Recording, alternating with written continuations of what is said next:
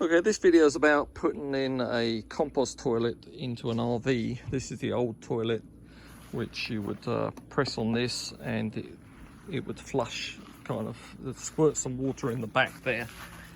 You see there, the water comes in the back there and squirts out there. So that was pretty easy to take out, just a couple of bolts. Okay, first thing I did was remove the toilet, which was pretty simple, just undoing some screws. And put a rag or something underneath the water, turn the water off obviously first, but there'll still be some residual water in the hoses, in the hose that might drip out. This cap thing I tried, it must be like glued on, you can't knock it, it's screwed on originally but it won't come off, so I'm gonna have to build, put the toilet like put a bit of plywood around this just to raise up this area, because this is like a lip of half an inch, about a centimetre high. Anyway, toilet's out, and let's see what else. Another RV, and the toilet is on the other side of this wall, so it was easy to cut a hole here. This is where the vent is going to come out. The Nature's Head one has a fan and a hose, and it extracts any smells through here, and that way your RV doesn't get stinky. Now there's this type where the toilet does on the outside wall is a lot easier to do. Only negative thing is it's kind of by your entrance door, so you can get a bit stinky outside, not inside. This RV is a lot more complicated because the toilet is not on the outside wall, it's in the middle of the RV.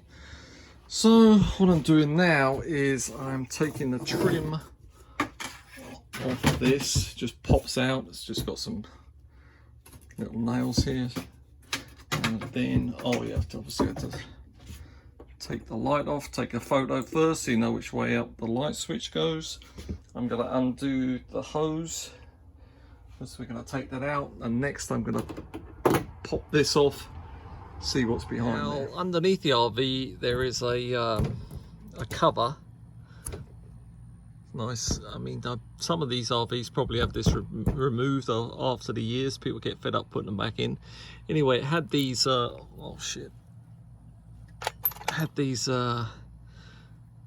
nails which you can't, it's got you think you'd like put a socket on and take these off, but I put a socket on a little bit and then I just pulled them out with the with some pliers. And then inside here is the water hose. You can see I cut it in half, and then I got a cap. You have to buy 2 parts. I should have shown you that before I put it on, but this bit here sticks into the pipe. Take the pipe, I cut a section of the pipe out, took it to the hardware store, and then I was able to get this connector. It had a male connector on there, and then obviously this hose clamp, and then this cap which screws on here. So now when the water's turned on, because you still need water to the rest of the RV, the water will just come up here and stop. It won't go into the toilet. Alright, can you see where that hose is coming down? To the left is one tank, like I don't know if it's the white freshwater tank, and to the right's the black water tank. Either way, one of them's both of them are tanks, so there's very little room. I've got 2 choices. Do I run that, get rid of this water hose and run the stinky evac hose down this way? Or do I find where probably behind here, there'll be a pipe there which is taking the sewer gases up to the roof, which I could tap into there. So I'm not sure which one I'm going to do yet. This is behind this wall with the paneling pulled away a bit, and you can see that's where the freshwater hose came up, but it's somehow, they probably strapped it in there, but I'm thinking I'm going to cut that, and I'm going to drill down there, and then I can put I think it's going to be a lot easier than trying to tie into the to the roof vent. Like I was saying, this hose didn't want to come out, so I chopped it off down here at the floor. And then I thought maybe it would come out, but I had to really yank on it pretty hard. It was not clamped in or anything, but it was crimped. Like, I wonder it got much water come through there to flush the toilet. Anyway, next thing to do is to drill a hole there slightly to the left, because this hole is not quite centered between. Okay, you can see here the pipe was going down. They didn't drill the underneath one properly. Maybe obviously they didn't want to hit the tanks either, but that's why the pipe was kinked, because it was just squeezing through that tiny hole there. Good job it wasn't electrics. Anyway, I'm pretty sure I need to drill here. That's where the centre of the tanks are. But I'll be careful and expose this first so I can see where the tanks are, and then go down there. I think it's going to work. You can buy a cap that goes on here, but it sticks up.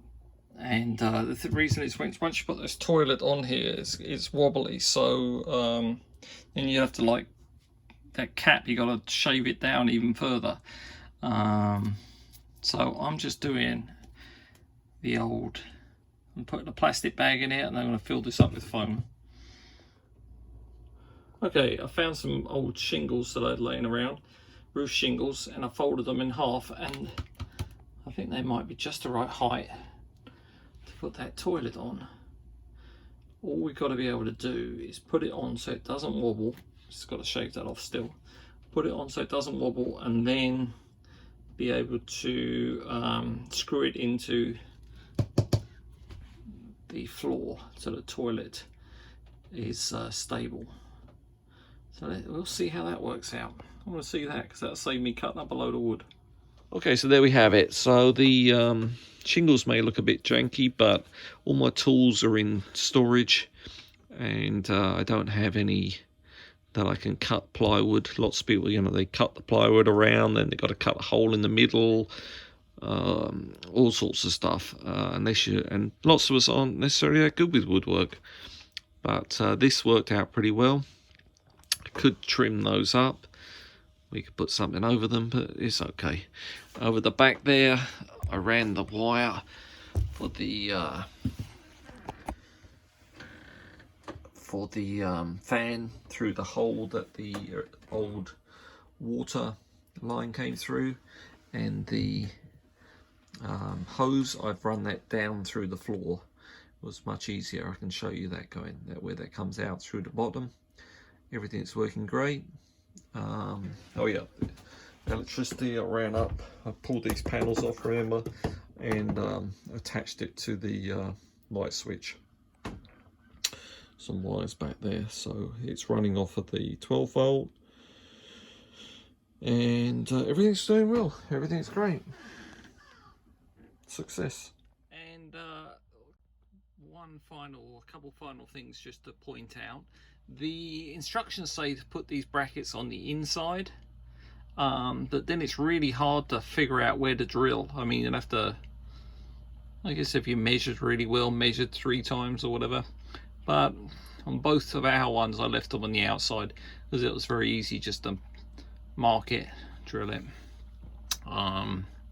And the other one in the other RV didn't come with this extra power pack, so that's why I had to wire the other one up to the RV electric. But this one, you have to pay extra, but it's the for the motor of the fan, and it can plug into your, you know, an extension or into a socket. So there it is, a couple extra points for you. One other thing is, on this first RV I did, we actually were able to get underneath and cut the whole pipe off, and take out that you know, where it's normally raised up and people put all the plywood around. But this one didn't need that at all, because we just filled in the hole because we cut off the pipe underneath.